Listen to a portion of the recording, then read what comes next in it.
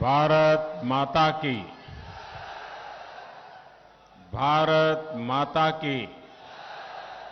भारत माता की।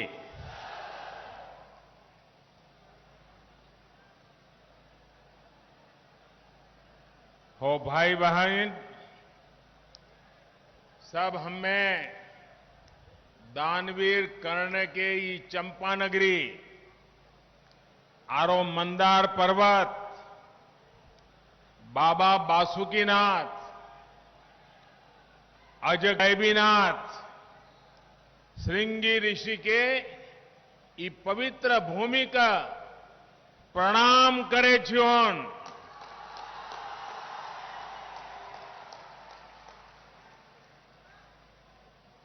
बिहार के लोकप्रिय मुख्यमंत्री मेरे मित्र श्रीमान नीतीश कुमार जी, केंद्रीय मंत्रिमंडल के मेरे सहयोगी अश्विनी कुमार चौबे जी, एनडीए के सांसदगण, विधायकगण और मेरे प्यारे भाई और बहनों,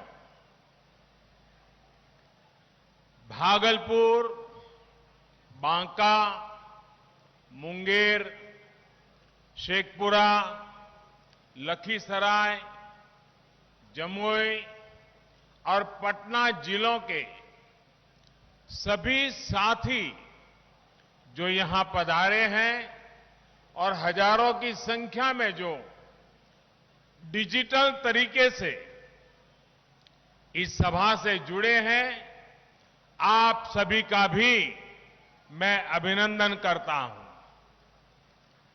भाइयों और बहनों, बिहार चुनाव की ये आज की मेरी तीसरी सभा है। नीतीश जी की अगुवाई में भाजपा, जेडीयू, हम पार्टी और वीआईपी के गठबंधन के पक्ष में बिहार का मत स्पष्ट है। मैं जहां गया हूं, जो मिजाज मैं देख रहा हूं, बिहार की जनता नीतीश कुमार जी को दोबारा मुख्यमंत्री का संकल्प ले चुकी है। बिहार के लोग ये ठान चुके हैं कि एनडीए को फिर जिताना जरूरी है। जरूरी इसलिए है ताकि बिहार प्रगति के जिस पथ पर चल रहा है उसकी गति और तेज हो। जरूरी इसलिए है ताकि देश को सशक्त करने के लिए जो फैसले लिए गए हैं वो बिहार में भी तेजी से लागू हो, वरना एनडीए के विरोध में आज जो लोग खड़े हैं वो देश हित के हर फैसले का विरोध कर रहे हैं। जम्मू कश्मीर से धारा 370 हटाने का फैसला हो, ये लोग विरोध कर रहे हैं। 3 तलाक के विरुद्ध कानून बनाकर मुस्लिम महिलाओं को नए अधिकार देना हो, ये लोग विरोध कर रहे हैं। भारत की जांबाज सेना आतंकियों पर कोई कार्रवाई करे, सरहद पर तिरंगे की शान बढ़ाए, ये लोग विरोध में हैं। सुप्रीम कोर्ट अयोध्या में भव्य राम मंदिर बनाने को कहे, ये लोग उसका भी विरोध करते हैं। राष्ट्रहित में कोई भी कुछ भी फैसला ले, ये लोग विरोध में है।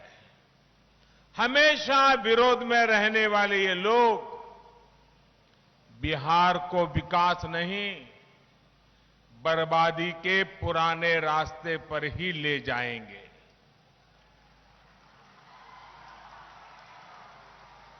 साथियों, ये सिर्फ सत्ता सुख के हैं।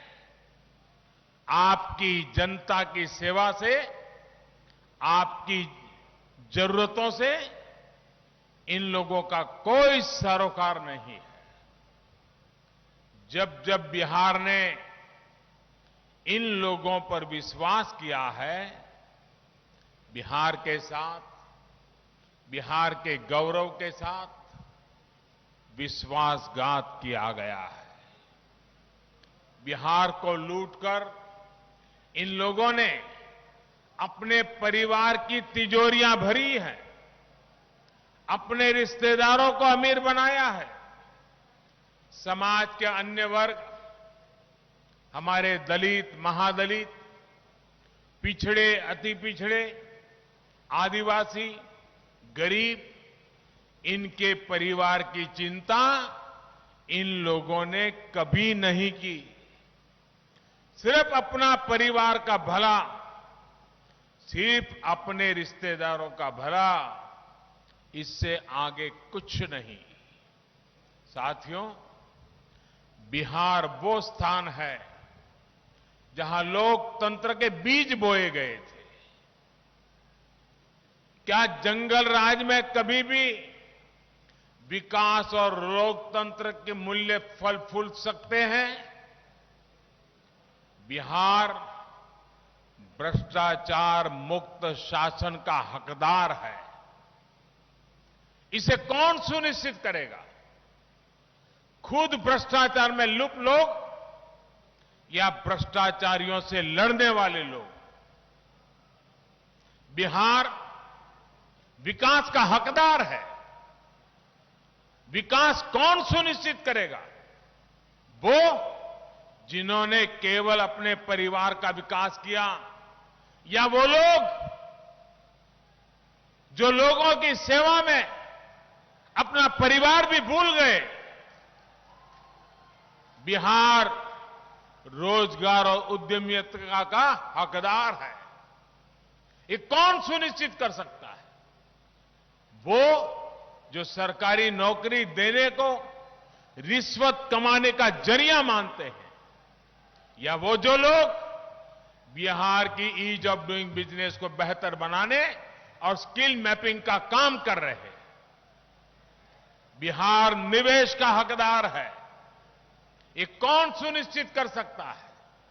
जिन्होंने बिहार को जंगल राज बना दिया, या जो लोग बिहार को सुशासन दे रहे हैं, बिहार के विकास में जी जान से जुटे हैं। बिहार बेहतर कानून व्यवस्था का हकदार है। ये कौन सुनिश्चित करेगा? वो जिन्होंने गुंडों को खिलाया, पिलाया, पाला, या वो जिन्होंने गुंडों पर डंडा चलाया?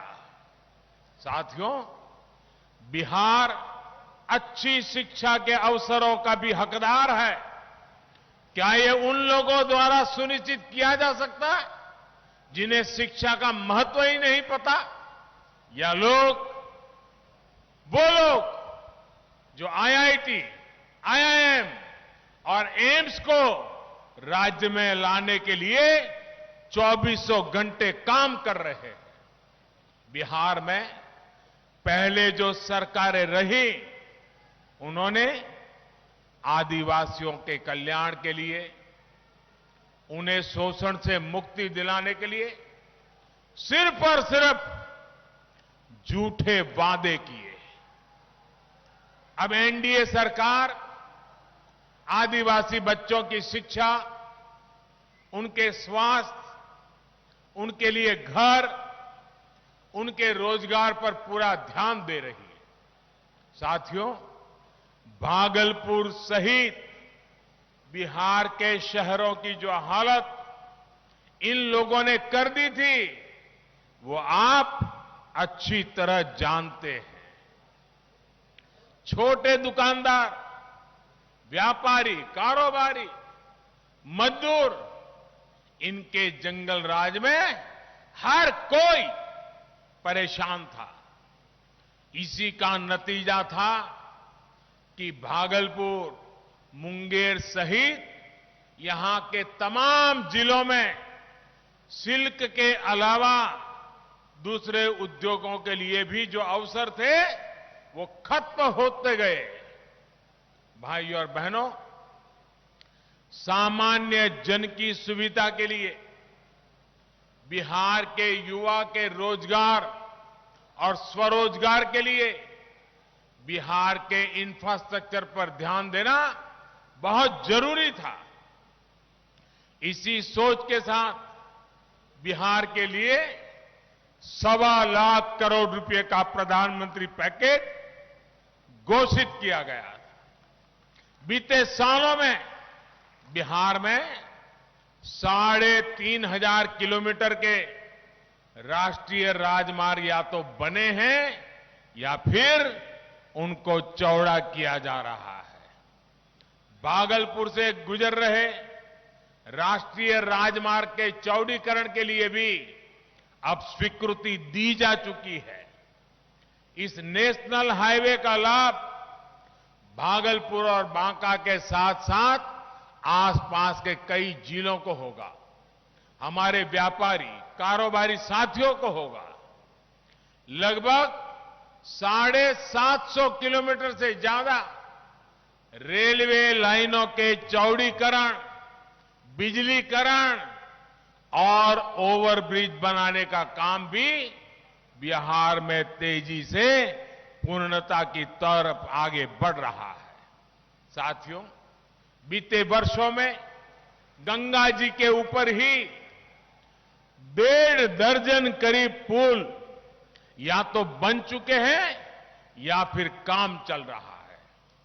आज गंगा जी पर औसतन हर 25 किलोमीटर पर एक पुल बनाया जा रहा है। पास में मुंगेर में रेल महासेतु पहले ही पूरा हो चुका है।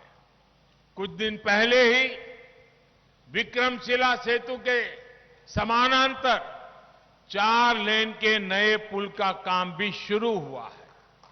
ये पुल जब पूरी तरह से बनकर तैयार हो जाएगा तो भागलपुर की दूसरे जिलों से कनेक्टिविटी और बेहतर हो जाएगी।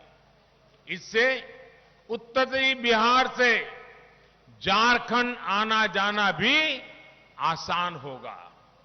विशेष रूप से हमारे व्यापारियों और शिव भक्तों को इससे बहुत सुविधा होगी।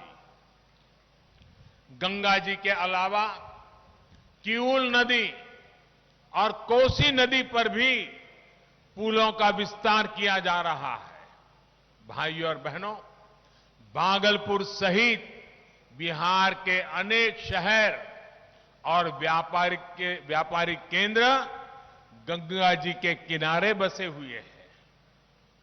आज हल्दिया और वाराणसी के बीच वाटरवे पर व्यापारिक जहाज तो चलने ही लगे हैं। इसे अब और बड़े जहाजों के लिए भी तैयार किया जा रहा है। इससे भागलपुर को भी सस्ती और कम प्रदूषण वाली कनेक्टिविटी मिलेगी। भाइयों और बहनों, अभी जो हाल में ही देश की कृषि को आधुनिक बनाने के लिए बड़े सुधार किए गए हैं, उनका भी लाभ बिहार के किसानों को होगा। मंडियों से जुड़ा कानून तो यहां पहले ही खत्म कर दिया गया था। अब बिहार में कृषि इंफ्रास्ट्रक्चर पर और तेजी से काम होने की संभावना बनी है। अब बिहार के गांवों में, छोटे शहरों में कोल्ड स्टोरेज की व्यवस्था का और विस्तार होगा। जो नए कानून बने हैं, कृषि कानून, उससे यहां के आम, मक्का, लीची, केले की पैदावार करने वाले किसानों को बहुत मदद मिलने वाली है। नए प्रावधानों से खेत के पास ही स्टोरेज की सुविधाएं तैयार होगी। सरकार ने भी इसके लिए 1,00,000 करोड़ रुपए का फंड बनाया।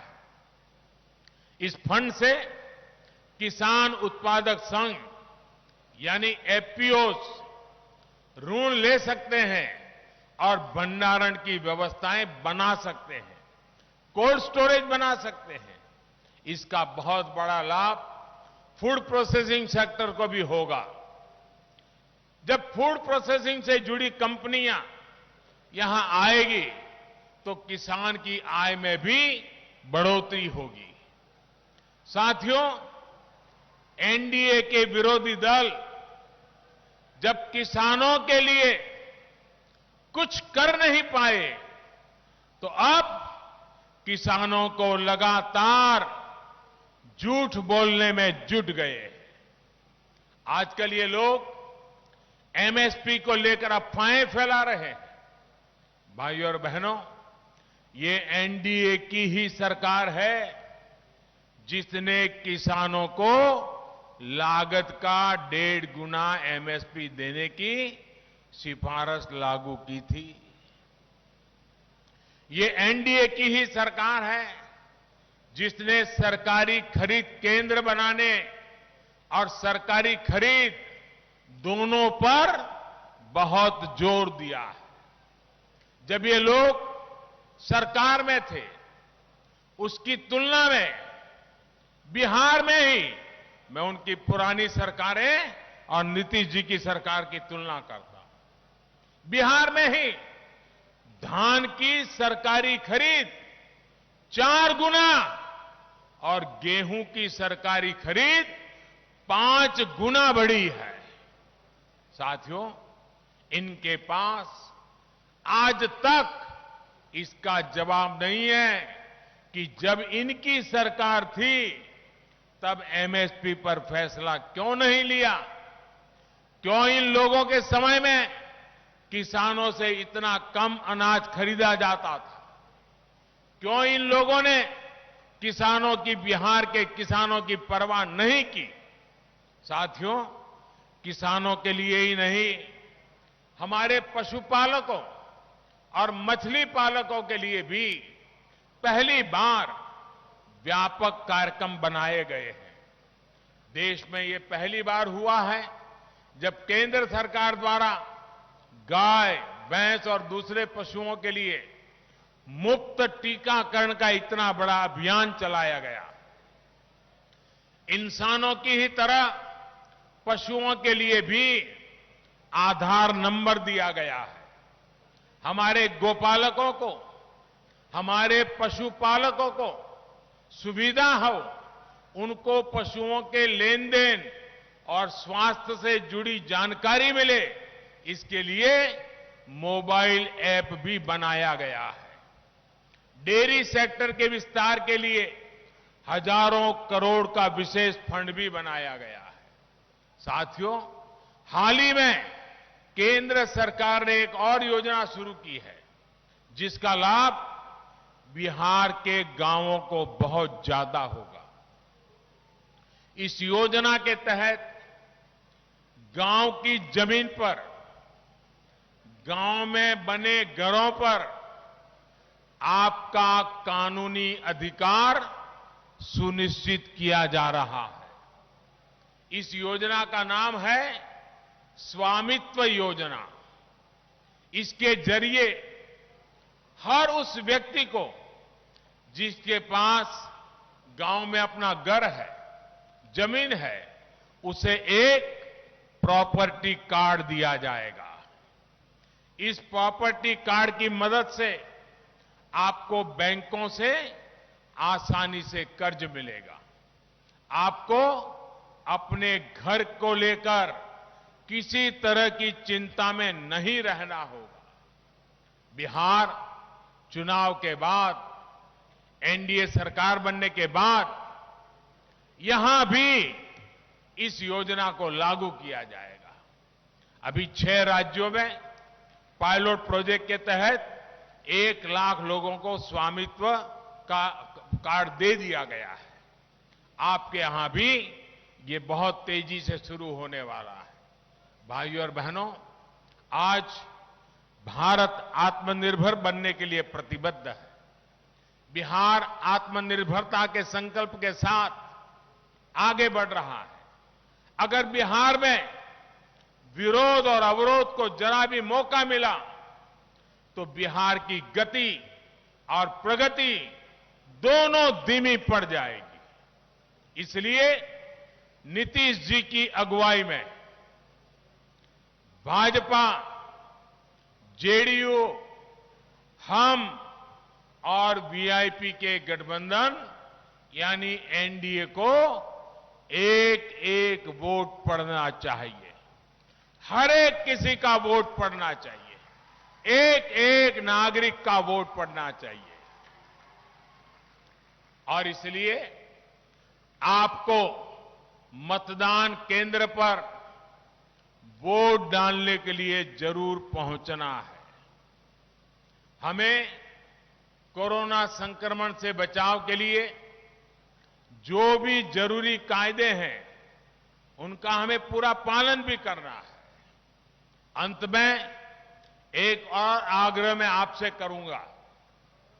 त्योहारों का सीजन है, इसलिए जो भी खरीदारी आप करेंगे अधिक से अधिक लोकल खरीदेंगे।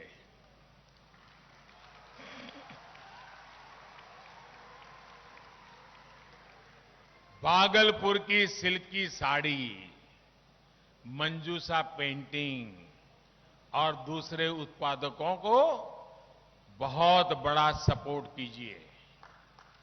हमारे मिट्टी के हस्तशिल्पियों, दूसरे शिल्पियों के बनाए बर्तन, दिए, खिलौने जरूर खरीदिए।